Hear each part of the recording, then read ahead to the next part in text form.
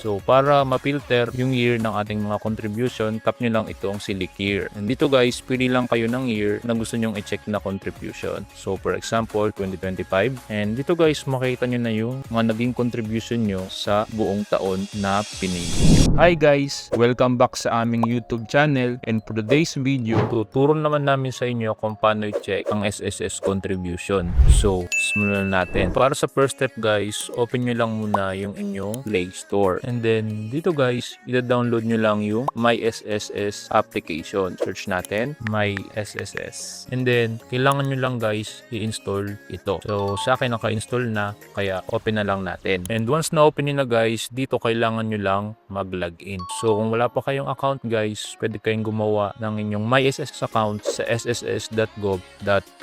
So ito yun guys. Ilalagay na lang namin yung link description ng video na ito kung wala pa kayong account. Now balik na tayo guys sa ISSS application. And dito guys, mag-login lang tayo. Then, once naka-login na kayo guys, para ma-check yung inyong contribution, tap nyo lang itong total contribution. And dito guys, makikita nyo na yung inyong mga naging contribution. So, para ma-filter yung year ng ating mga contribution, tap nyo lang itong select year. And dito guys, pili lang kayo ng year na gusto nyong i-check na contribution. So, for example, 2025. And dito guys, makikita nyo na yung mga naging contribution nyo sa buong taon na pinili ninyo. So, ganun lang siya, pasimple guys. So, kung meron kayong tanong about dito, pwede nyo yung comment sa comment section at sasagutin namin yan. Yun lang guys for today's video. Sana may natutunan kayo sa tutorial na ito. At kung nagustuhan nyo yung video na ito, huwag nyo kalimutang i-like, comment, and subscribe para updated kayo sa mga bago naming ilalabas na mga video. Salamat guys sa panonood. Ingat kayo.